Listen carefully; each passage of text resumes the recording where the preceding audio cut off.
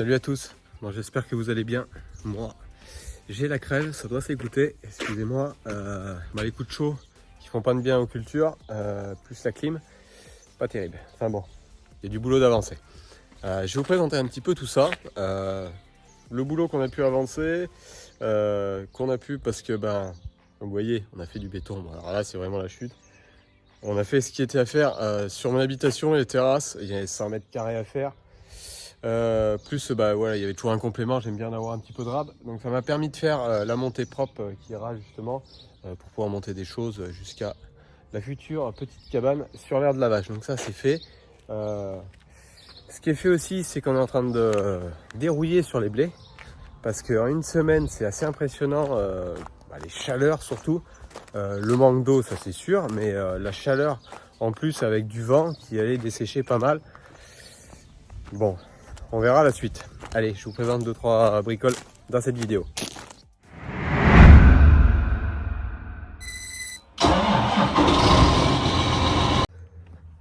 Bon, donc là, sur la dalle des futures cuves, donc je ne les ai pas mises en place encore parce que j'ai fait quand même pas mal de choses. Essayer d'avancer cette semaine tout ce qui est désherbage. Donc tournesol, maïs. J'ai suivi aussi pas mal de parcelles pince and tester. Donc ça c'est une vidéo que je vais vous sortir la semaine prochaine normalement.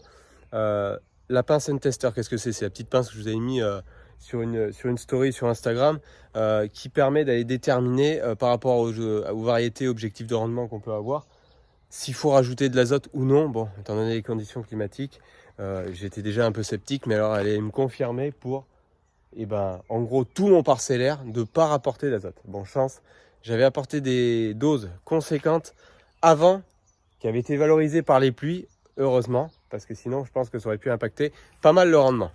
Bon, ça va sécher un petit peu, finir de durcir dessous, et je pense que dans la semaine là je vais m'occuper justement, j'aurai un peu mieux le temps normalement cette semaine, de mettre en place donc les 8 cuves ici et d'autres choses que j'irai vous faire voir juste après. Bon, là je me mets pas dans la partie la plus belle de la parcelle justement pour vous faire voir que là en pleine chaleur les feuilles de blé se recroquevillent. Vous voyez que les épis commencent à sortir. Alors ça c'est plutôt la zone effectivement la plus séchante de la parcelle, mais j'ai d'autres collègues dans des terres beaucoup plus séchantes où là ça a vraiment déballé plus que ça. Je vais prendre la voiture, aller vous faire voir parce que vous êtes pas mal à me demander le retour sur tout ce qui est blé améliorant où il y a eu du fumier de poulet. Donc la parcelle elle est juste dessous. Je vais prendre la voiture pour aller vous faire voir ça.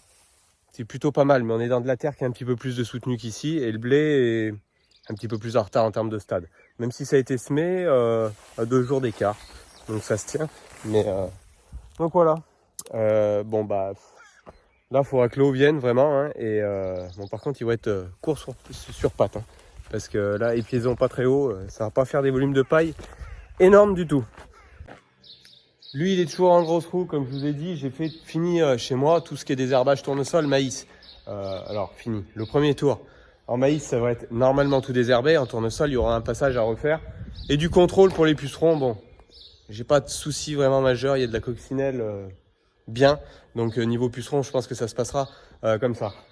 Par contre, à l'époque où on est, et les épis qui commencent à arriver dans les blés, donc je vais avoir aussi fait l'économie du premier fongicide, feuillage sur les blés, étant donné que ça allait tellement vite sur une période sèche. Donc j'ai de l'asepto qui traîne dans la parcelle là, justement juste avant là, que je vous ai présenté. Si on descend un peu dans la parcelle, on trouve de l'asepto sur F2, F3, donc la troisième feuille quand on redescend. Mais ça va attendre, au stade où on est aujourd'hui, ça va attendre l'épi pour calmer le feu là-dessus. Pas de problème de rouille jaune sur mes variétés dans mon parcellaire. Ce que je vous dis, j'ai fait pas mal de tours. Que ça soit à la pince and tester ou en faisant les tours de plaine. J'ai pas vu de foyer de rouille jaune, donc ça va se passer plutôt bien. Mais donc il y aura le fongicide à faire et là je vais pour le coup effectivement pas le faire avec les roulages, hein, je vais bien passer en monte comme il était d'origine. Et ces roues là je les remonterai fin août pour attaquer la campagne d'automne de pulvérisation.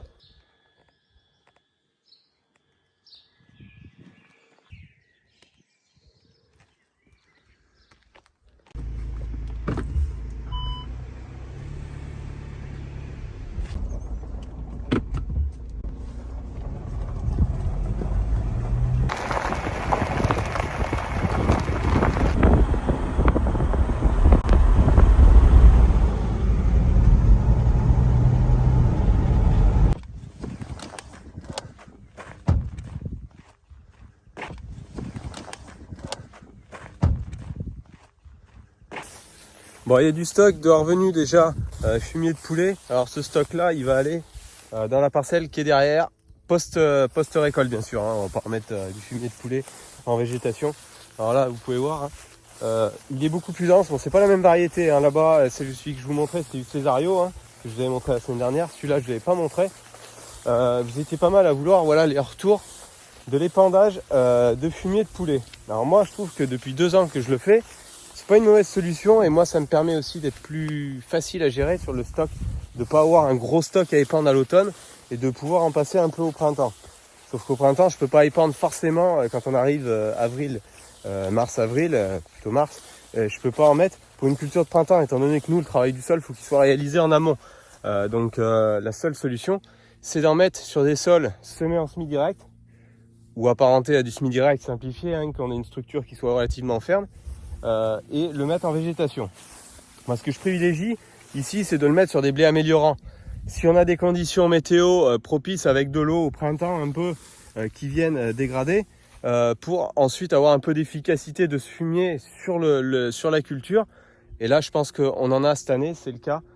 Les apports avaient été faits en minéral relativement tôt, plus après l'apport qui a été fait après le deuxième tour, non, après le troisième tour, pardon, parce que là il y a eu 3 tours de fait. En fumier, donc relativement tard. Par contre, les épandages ont été faits dans ce sens, si vous voulez. Et vous voyez plus, hormis mon passage de pulvérisateur qui était là. Donc là, on a un passage. Si, voilà, on va retrouver un. Voilà. Alors là, je sais pas si c'est très visuel pour vous, mais là, il y en a un. Comme ça, et juste là. Ouais, mais c'est pas très visuel, je pense à la caméra. D'épandeur. Donc, RS. Bon, on est sur un stade, un blé qui est plus fourni, hein, quand même. Pas très haut, mais qui commence à pousser aussi, parce que là il est un petit peu plus en retard celui-là. On est vraiment dernière feuille étalée, on va chercher vraiment pour avoir du gonflement, mais ça va être une épiaison d'ici une grosse semaine, contrairement à l'autre là qui a pris vraiment de l'avance, quoi. Mais après, ce que je vous disais, je sais pas si vous y voyez à l'intérieur, voilà ce que je vous disais, hein, peut-être pas très visuel à la caméra, mais hormis quelques taches physio, ça c'est un blé qui est sain et qui sera conduit aussi avec un seul fongicide sur l'épi, en protection d'épi. Alors il n'est pas fait encore, hein, je veux le faire si on a des quantités d'eau qui viennent sur la fleur pour protéger niveau maladie fusariose, mais aussi calmer, pas là c'est pas le cas, mais dans les autres parcelles, ce que je vous disais de l'autre côté de l'autoroute, où on a de la septoriose qui monte, de calmer le feu là-dessus.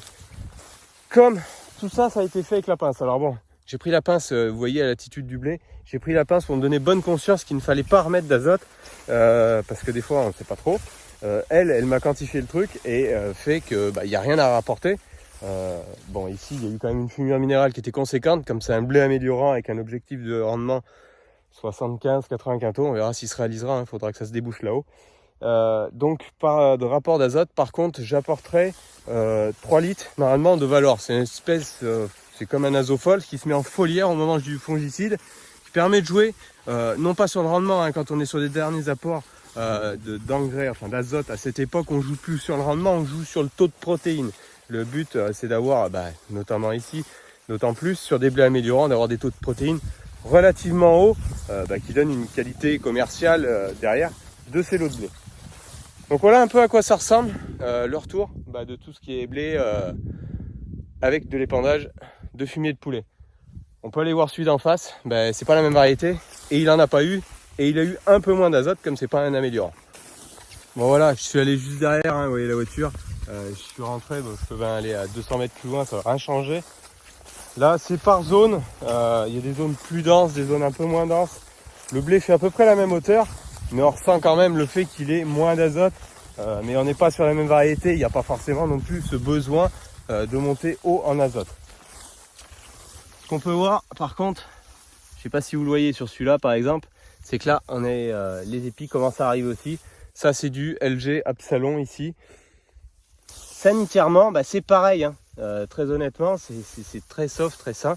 Alors j'ai pas des blés qui sont ultra denses, c'est pas un mal en soi là-dessus. Après je préfère avoir un petit peu moins d'épis et avoir des beaux épis bien remplis, mais ça verdict dans 2 mois maintenant à la récolte ce que ça donnera. Donc ça c'était derrière du soja la précédente. semi-rotative. Là, c'est derrière du maïs rebroyé, semi-rotative à la méthode conditions humides. Voilà. Bon, voilà un peu les retours. Là, vous voyez, je pense il n'a pas cet aspect si vert, mais il y a aussi l'effet variétal. Il n'y a pas l'apport de fumier, mais il y a l'effet variétal qui joue aussi. Voilà. Bon, allez, on remonte à l'exploitation. J'ai une petite nouveauté à vous présenter. Si vous vous souvenez bien, il y a 4 ans maintenant, je vous mets le lien là-haut. Vous allez comprendre. Si vous cliquez vite dessus, vous verrez. Qu'est-ce que peut être cette petite nouveauté?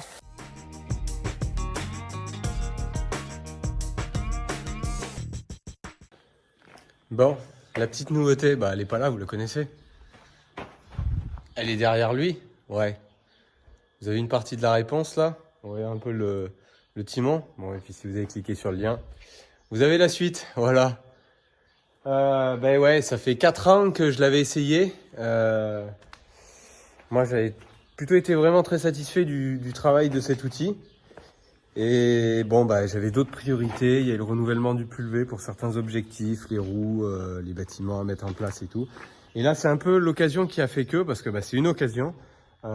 Et moi, comme je vous avais dit, le 5 mètres était très bien dimensionné pour le 6R.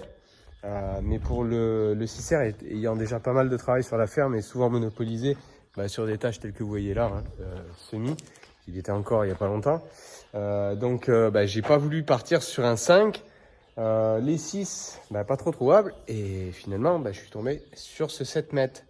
Donc c'est pour ça, vous voyez que ça fait une certaine hauteur. Et en plus il a le semoir petite graine, c'est un plus, je le cherchais pas spécialement avec, mais c'est un plus, donc il l'a. Il y a de la pièce d'usure à changer, quelques bricoles, l'air se peigne, comme il a le semoir donc avec les éclateurs. Semoir à entraînement hydraulique, les disques ils ont travaillé. Dans mon type de terre, je pense, moi l'objectif ce serait qu'ils fassent encore une année. Je vais les commander en mort de saison et qu'ils fassent une année comme ça. Puis ça permettra de voir aussi, de tester s'il n'y a pas des fois des paliers à changer dessus. Il y a des curettes ici sur le rouleau Actipack, il y a toute la rangée de Airspan que je veux changer. Après sinon il est sain quoi, il est propre de châssis, il n'a pas été ressoudé ni rien. Il a 10 ans, on est donc très loin du tarif d'un neuf aujourd'hui. Ce qui explique aussi pourquoi je suis parti sur cette largeur là.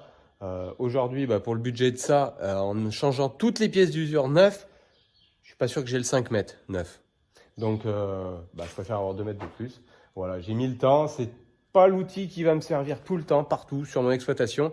Mais pour gérer des cannes, colza, tournesol, derrière des colza et des tournesols, ça va quand même grandement m'aider. Quand les dents ont atteint un peu leur limite en termes de temps sec, les disques vont un petit peu plus loin, donc ça sera l'occasion justement de travailler avec.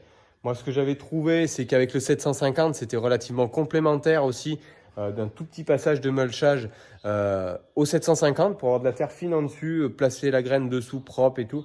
Donc c'est pour ça que je voulais un outil qui est vraiment du débit de chantier pour pouvoir faire des hectares assez rapidement, étant donné que les fenêtres météo pour le faire à l'automne sont relativement faibles chez nous. La moindre pluie de 5-6 mm nous bloque pendant une semaine. Donc là, ça sera l'occasion, voilà. Bon, allez, je vous le sors, je vous le déplie un peu, voir à quoi ça ressemble.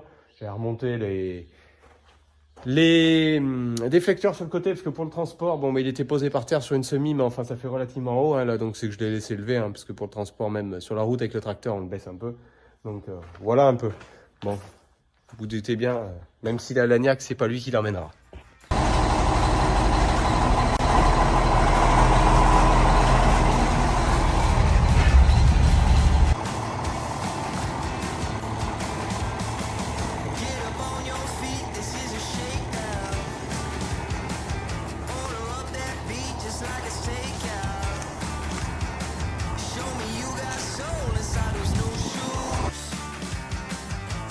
Rock and roll with an attitude, so good, so